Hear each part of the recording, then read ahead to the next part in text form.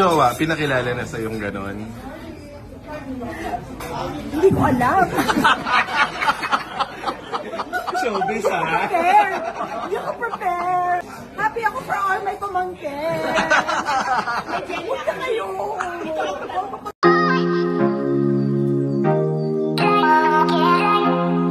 Hindi nakapalag si Jelly de Belen ang tita ni Kyla Estrada na kapatid ng kanyang ina, kung saan ay naitanong dito kung ano nga ba ang kanyang masasabi sa relasyon ni Daniel Padilla at Kyla Estrada, kung saan, nga ay hindi handa si Jelly kung ano ang kanyang isasagot sa press, na nagtatanong kung pinakilala na ba si Daniel ni Kyla sa kanya.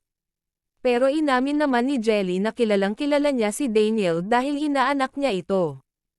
Tanong sa akin yun, dahil hindi ko naman alam po ano talaga. Bahala na sila, malalaki na sila. Pinakilala na sa'yo? Pinakilala niya na sa'yo? Matagal ko nakilala si DJ. Hindi, as Inaanak ko ano? pa nga si DJ. Hindi, as the jowa. Oo. Actually, hindi ko nga rin alam eh. Nakalimutan ko. Pinaalala sa akin. Hindi ka nilibigyan ng regalo kay DJ. Oo, pinaalala lang sa akin ni Carla. Sa mga years ago, sabi niya, ay, ako ba siya?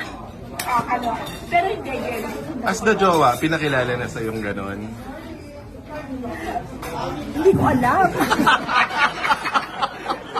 Showbiz ha? Prepare.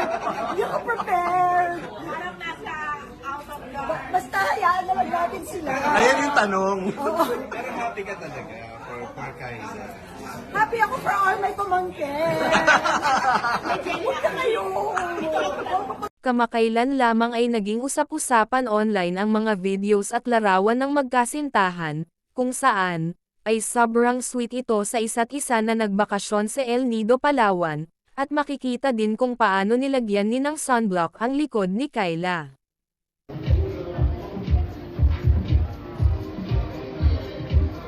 Papa, busog ka?